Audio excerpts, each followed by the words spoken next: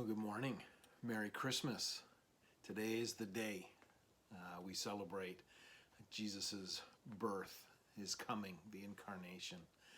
I'm going to do my best here. It's hard to look presentable this early in the morning, but I'll do my best.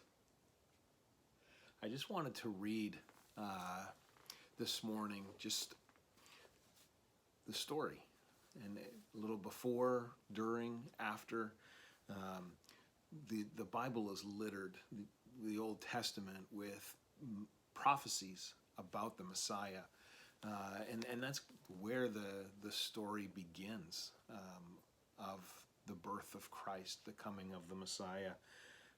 In Isaiah chapter 9, Isaiah was prophesying the exile of Israel by Assyria, and in the middle of his prophecy about this, he also prophesies the hope of the Messiah. And in Isaiah chapter 9, starting at verse 1, I'm just going to read a few verses. It says, "Nevertheless, that time of darkness and despair will not go on forever. The land of Zebulun and Naphtali will be humbled, but there will be a time in the future when Galilee of the Gentiles, which lies along the road that runs between Jordan and the sea, will be filled with glory. The people who walk in darkness will see a great light. For those who live in the land of deep darkness, a light will shine. You will enlarge the nation of Israel, and its people will rejoice. They will rejoice before you as people rejoice at the harvest, and like warriors dividing the plunder. For you will break the yoke of their slavery and lift the heavy burden from their shoulders. You will break the oppressor's rod, just as you did when you destroyed the army of Midian. The boots of the warriors and the uniforms blood-stained by war will all be burned, and they will be fuel for the fire. For a child is born to us, a son is given to us. The government will rest on his shoulders, and he will be called Wonderful Counselor, Mighty God, Everlasting Father, Prince of Peace. His government and its peace will never end. He will rule with fairness and justice from the throne of his ancestor David for all eternity. The passionate commitment of the Lord of heaven's armies will make this happen." So that was several hundred years before the coming of Jesus Christ, prophesying his coming and beyond.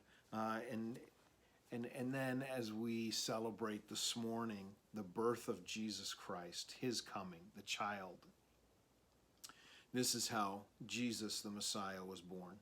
His mother, Mary, was engaged to be married to Joseph. But before the marriage could take place, while she was still a virgin, she became pregnant through the power of the Holy Spirit.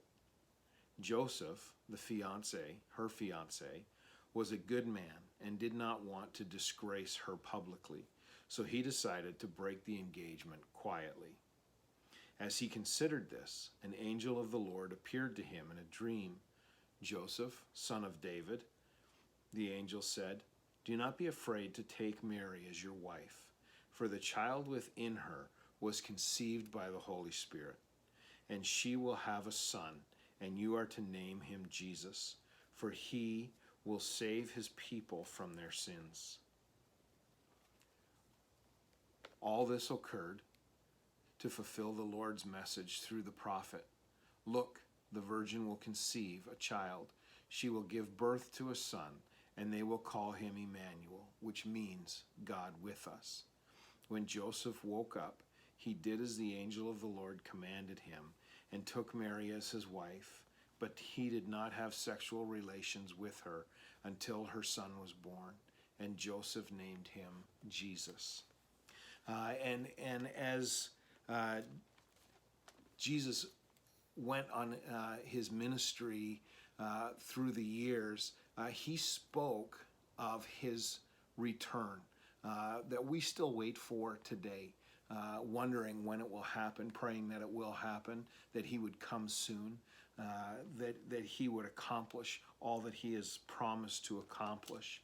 And in Matthew chapter 24, starting at verse 36, it says, "However, no one knows the day or the hour when these things will happen, not even the angels in heaven or the Son himself. Only the Father knows. When the Son of Man returns, it will be like it was in Noah's day. In those days, before the flood, the people were enjoying banquets and parties and weddings right up to the time Noah entered his boat. People didn't realize what was going to happen until the flood came and swept them all away. That is the way it will be when the Son of Man comes. 2 men will be working together in the field. One will be taken, the other left. 2 women will be grinding flour in the mill. One will be taken, the other left. So you too must keep watch. For you don't know what day your Lord is coming. Understand this. If a homeowner knew exactly when a burglar was coming, he would keep watch and not permit his house to be broken into. You also must be ready all the time, for the Son of Man will come when he's least expected.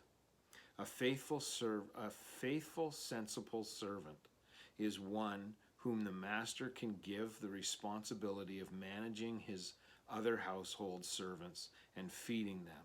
If the master returns and finds the servant has done a good job, there will be great reward.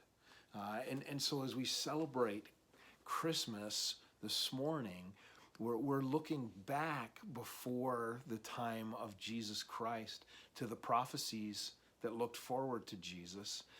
We remember the birth of Christ, the story that the baby coming and being born, delivered in a stable, laid in a manger, the whole idyllic scene that we've conjured in our minds, even though for Mary and Joseph it was a time of crisis and an incredible change.